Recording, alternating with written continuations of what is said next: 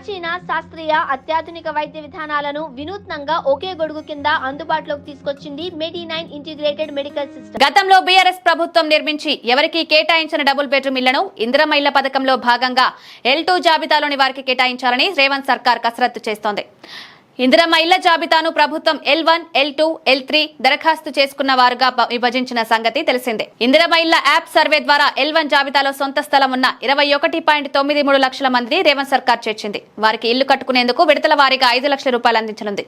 L2 జాబితాలో సొంత స్థలాలు లేని 19.96 లక్షల మందికి వచ్చే ఆర్థిక సంవత్సరంలో స్థలాన్ని కేటాయించడంతో పాటు నిర్మాణానికి 5 లక్షల రూపాయలు ఇవ్వనుంది. L2 జాబితాలో ఉన్న 80,000 మందికి డబుల్ బెడ్రూమ్ ఇల్లు కేటాయించేందుకు అధికారులు కసరత్తు చేస్తున్నట్లు తెలుస్తోంది.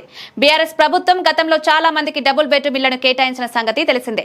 బీఆర్ఎస్ సర్కార్ 10 ఏళ్లలో 2.36 లక్షల డబుల్ బెడ్రూమ్ ఇళ్లను మంజూరు చేసి 1.58 లక్షల ఇళ్లను పూర్తి చేసింది. పూర్తి చేసిన వాటిలోనూ 1.36 లక్షల ఇళ్లను పంపిణీ చేయగా మిగతావి అలాగే ఉన్నట్లు తెలిసింది.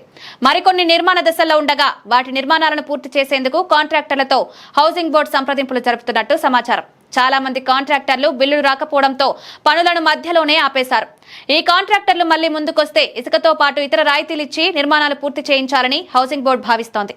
అందులో భాగంగా మధ్యలోని నిర్మాణం ఆగిపోయిన ఇళ్ల సమాచారాన్ని సేకరించింది.